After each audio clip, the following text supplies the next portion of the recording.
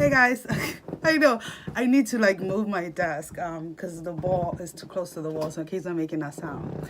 Anywho, welcome to my channel, Imperfectly Perfect. Oh my god, the lighting is so bad. Hold on, let me see if I can get some extra light. Oh, that's better. I think. Yeah, better. Anywho, quick update. Yesterday I was completely like kind of out of it.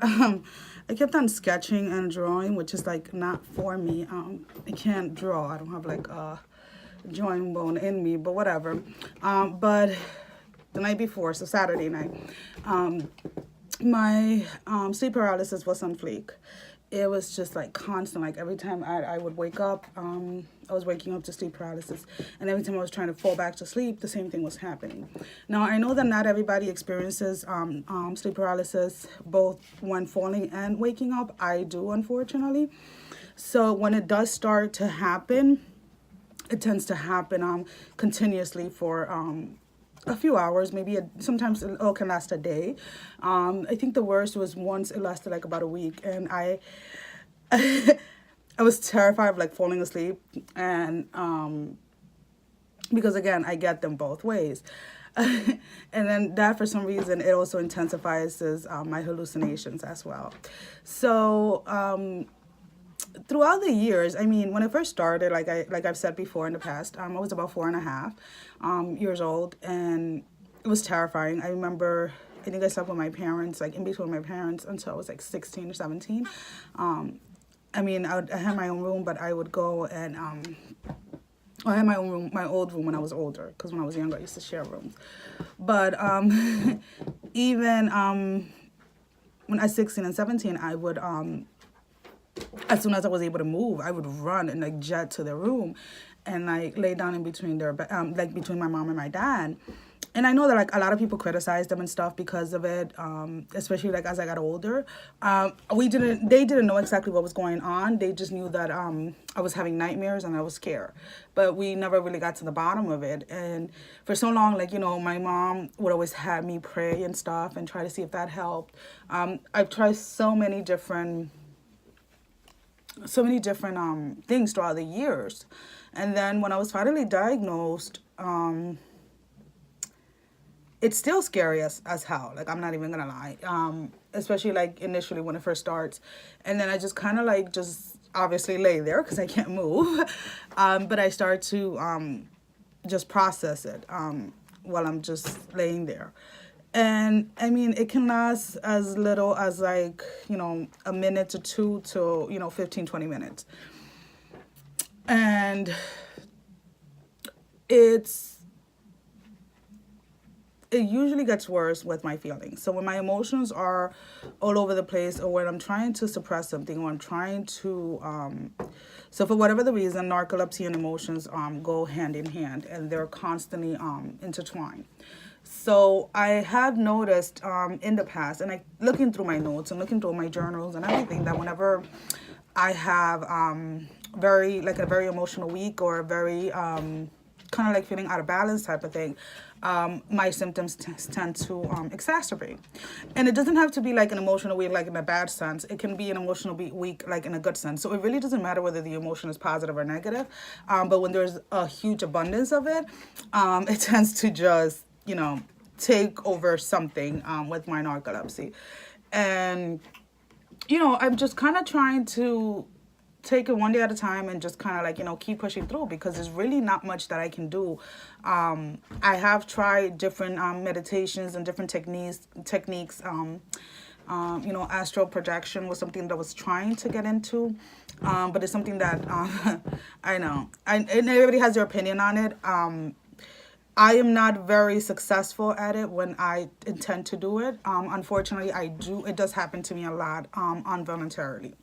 And that's a whole nother issue, because I know with religion and everything else, that's like a kind of like a gray area for people. But I've been experiencing like that out of body experience for years. I think the first time it happened, I was probably like around 9 or 8 years old. And I really wasn't sure. I honestly thought that I was probably going to die or something was going on. But I'm very spiritual. I do believe in God.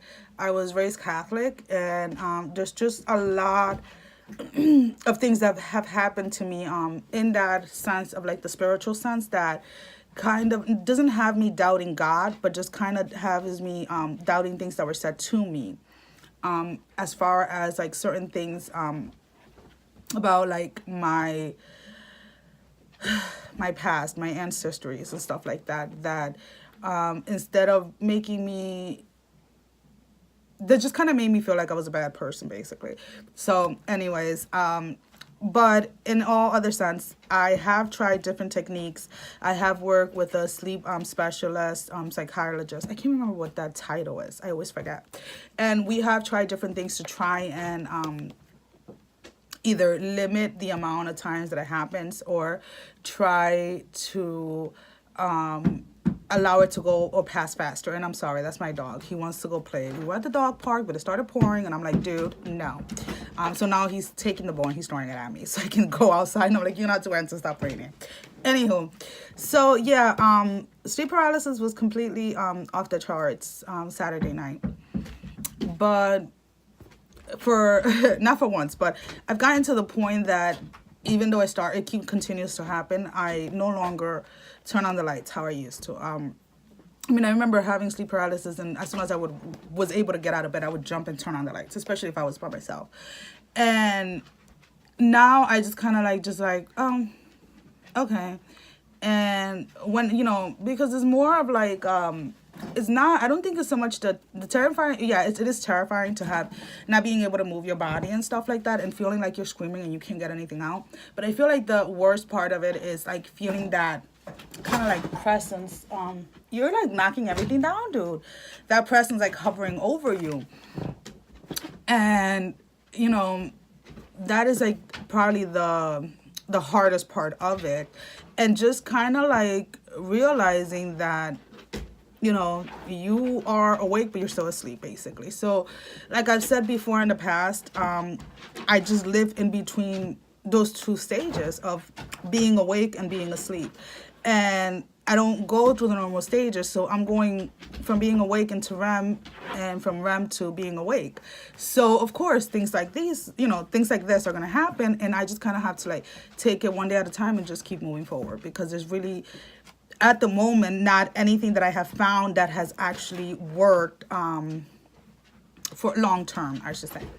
Well, guys, that is the update so far. Oh, I do miss my babies. I think that's what it is.